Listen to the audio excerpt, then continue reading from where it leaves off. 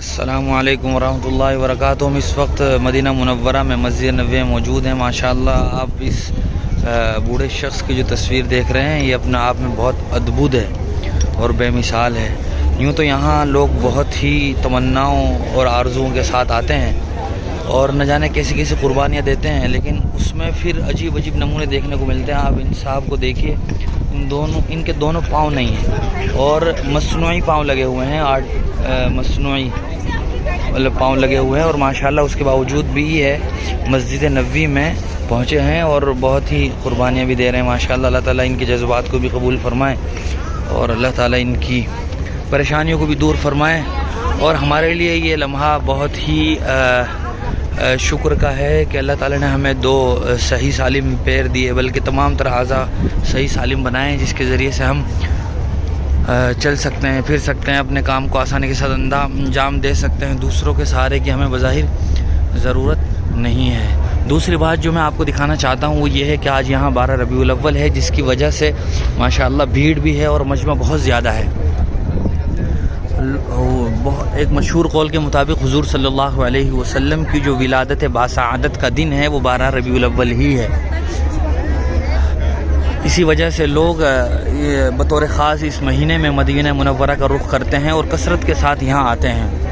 ربیع الاول میں یہاں بہت بھیڑ ہوتی ہے اور لوگ حضور صلی اللہ علیہ وسلم پر صلاۃ و سلام پیش کرتے ہیں اور آپ کی بارگاہ میں رسالت مآب صلی اللہ علیہ وسلم میں مختلف طریقوں سے محبتوں کے ساتھ نذرانہ عقیدت پیش کرتے ہیں۔ یہ آج یہاں 12 ربیع الاول ہے، جس کی وجہ سے بہت بھیڑ ہے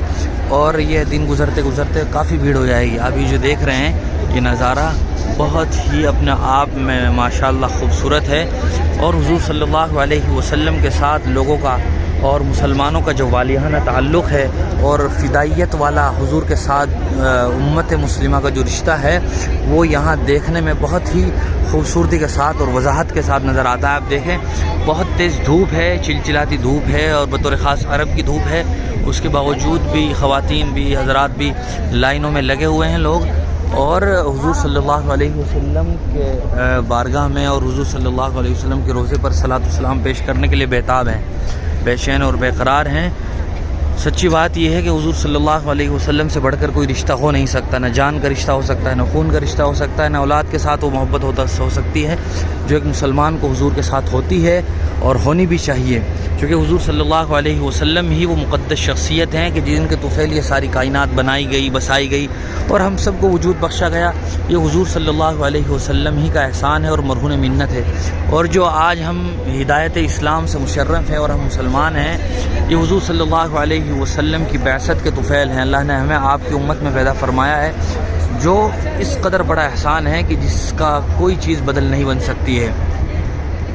بہرحال یہ آپ کو جو سامنے نظر آ رہا ہے یہ روضہ رسول صلی اللہ علیہ وسلم ہے۔ جو گنبد خضرا ہے اس کی جسٹ نیچے حضور صلی اللہ علیہ وسلم کی قبر ہے، قبر اطہر ہے، وہاں جا کر پیش کرتے ہیں سب لوگ سلام، اور مرد حضرات بھی خواتین حضرات بھی، دونوں کا ٹائم بھی الگ ہے، راستہ بھی الگ ہے، جگہ بھی الگ ہے، لیکن بہرحال کسی کو بھی پیاسا نہیں چھوڑا جاتا، بلکہ سب کے لیے انتظام کیا جاتا ہے تاکہ سب کے سب اپنی جو حضور صلی اللہ علیہ وسلم سے والہانہ تعلق ہے، رشتہ ہے، اس رشتے کا اظہار کر سکیں اور اس محبت کو دوام بخش سکیں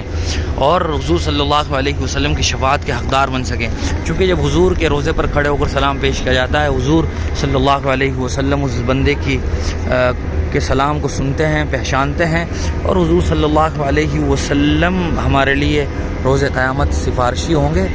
جس دن اللہ کے عرش کے سوا کوئی سایہ نہیں ہوگا، لوگ پریشان ہوں گے، خلقت اپنے گناہوں کے بقدر پسینے میں ڈوبے ہوئی ہوگی، کوئی پرسان حال نہیں ہوگا، نفسا نفسی کا عالم ہوگا، اولاد ماں باپ کو، ماں باپ اولاد کو بھول جائیں گی، کوئی کسی کے کام نہیں آ سکے گا، لیکن جو سب سے بڑا سہارا ہے اس دن بھی ہمارے لیے وہ حضور پرنور صلی اللہ علیہ وسلم کی ذات والا صفات ہے کہ جن کے طفیل ہم مسلمان ہیں، اور اللہ تعالیٰ نے ہمیں ان تمام تر خوبیوں سے اور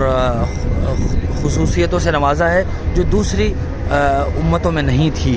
یہ حضور صلی اللہ علیہ وسلم کا ہم پر بہت بڑا احسان ہے۔ آپ یہ دیکھیں یہ خواتین کی بطور خاص لائن ہے، یہ بھی ریاض الجنہ میں جانے کے لیے یہاں لگے ہوئے ہیں لائن میں، اور ان کا جو مقصد ہے وہ بھی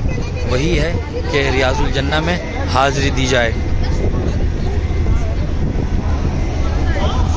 اس کے بعد اور بھی بہت سے خوبصورت نظارے ہم آپ کو دکھائیں گے بطور خاص وہیں قریب جا کر انشاءاللہ، اور آپ دیکھیں گے کہ آج یہاں کیا نظارہ ہے۔